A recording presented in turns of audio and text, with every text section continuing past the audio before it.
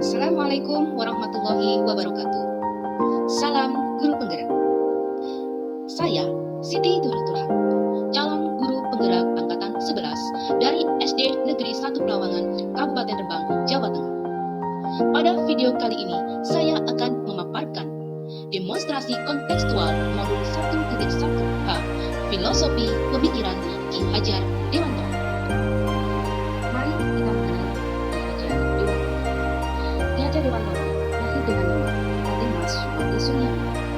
Ki Hajar Dewantoro merupakan putra dari pasangan Pangeran Suryaningrat dan Raden Ayah Sani. Beliau menamatkan pendidikan dasarnya di European Military School dan melanjutkan pendidikannya di Soviet tetapi tidak sampai.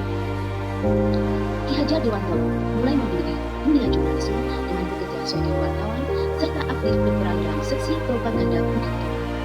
Bersama rekan-rekan seperjuangan lainnya, Ki Hajar Dewantoro mendirikan National University Taman Siswa atau dikenal dengan Perguruan Nasional Taman Siswa pada tahun 1920. Dalam video kali ini, saya akan memaparkan pemikiran filosofi Ki Hajar Dewantoro dalam pendidikan.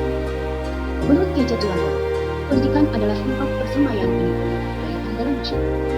Dalam filosofinya, tujuan pendidikan adalah menuntun segala kodrat yang ada pada anak, agar mereka dapat mencapai keselamatan dan kebahagiaan yang setinggi-tingginya, baik sebagai manusia maupun sebagai anggota masyarakat. Selanjutnya, dalam menuntun pendidikan, KHD mengibaratkan peran pendidik seperti seorang petani atau petani.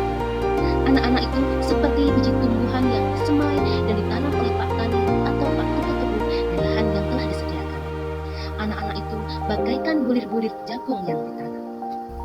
Seorang petani memiliki tugas untuk menjaga, merawat, menyiangi, memupuk, dan memastikan tanamannya tumbuh sesuai dengan semestinya. Contoh seorang petani yang menanam benih jagung, pasti yang tumbuh adalah jagung. Ia tidak memiliki kuasa untuk mengubahnya menjadi tanaman padi. Dia hanya bisa merawat jagung tersebut tumbuh sesuai dengan wataknya dan memupuknya sehingga menjadi jagung yang berkualitas. Begitupun peran dan tugas seorang guru, ia tidak bisa merubah watak dan karakter anak didiknya. Yang bisa ia lakukan adalah memfasilitasi, memberi arahan, menjembatani, mendorong anak didiknya untuk terus berkembang sesuai dengan watak dan karakter. Peran dan tugas guru hanyalah memberi pupuk dan memastikan anak didiknya tersebut tumbuh sesuai dengan kodrat dan karakternya masing-masing. Karena pada dasarnya setiap anak itu memiliki kecerdasan sendiri. Sedangkan guru bertugas untuk menemukan dan menggali kecerdasan tiap anak didik, yakni dengan memupuk kecerdasannya tanpa harus mencabut watak dan karakter seorang anak. Dua pemikiran filosofi Ki Hajar Dewantoro yang pertama adalah trilogi pendidikan. Trilogi pendidikan yang pertama adalah Ingarso Sumpurodo, artinya di depan menjadi contoh atau panutan.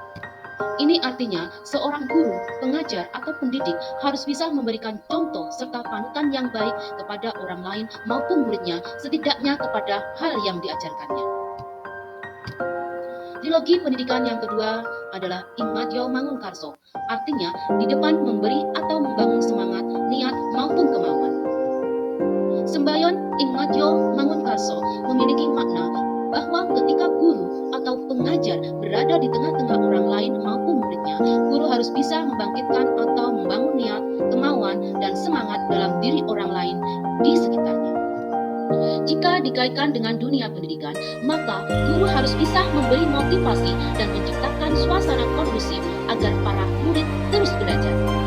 Trilogi pendidikan yang ketiga adalah Tekuri Handayani, di belakang memberikan semangat atau dorongan.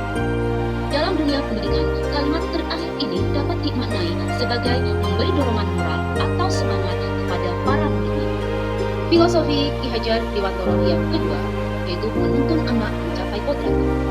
Tujuan pendidikan adalah menuntun semua kodrat yang ada pada anak sehingga mereka mencapai keselamatan dan kebahagiaan yang setinggi-tingginya, baik sebagai manusia maupun anggota masyarakat.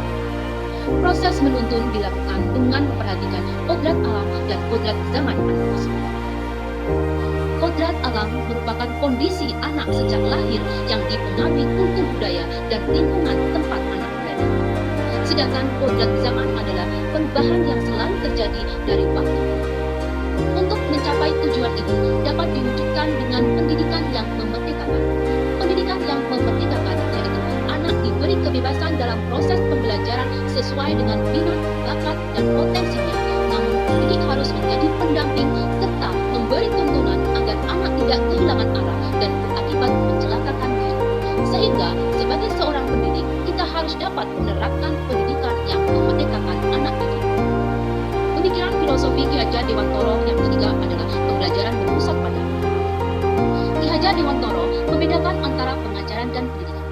Menurut beliau, pengajaran merupakan proses memberikan pemahaman kepada peserta didik untuk memberikan ilmu agar peserta didik memiliki kecakapan, keterampilan lahir dan batin. Sedangkan pendidikan menurut Ki Hajar Dewantoro merupakan pemberian tuntutan kodrat kepada peserta didik untuk mencapai keselamatan dan kebahagiaan setinggi-tingginya baik sebagai individu maupun sebagai anggota masyarakat.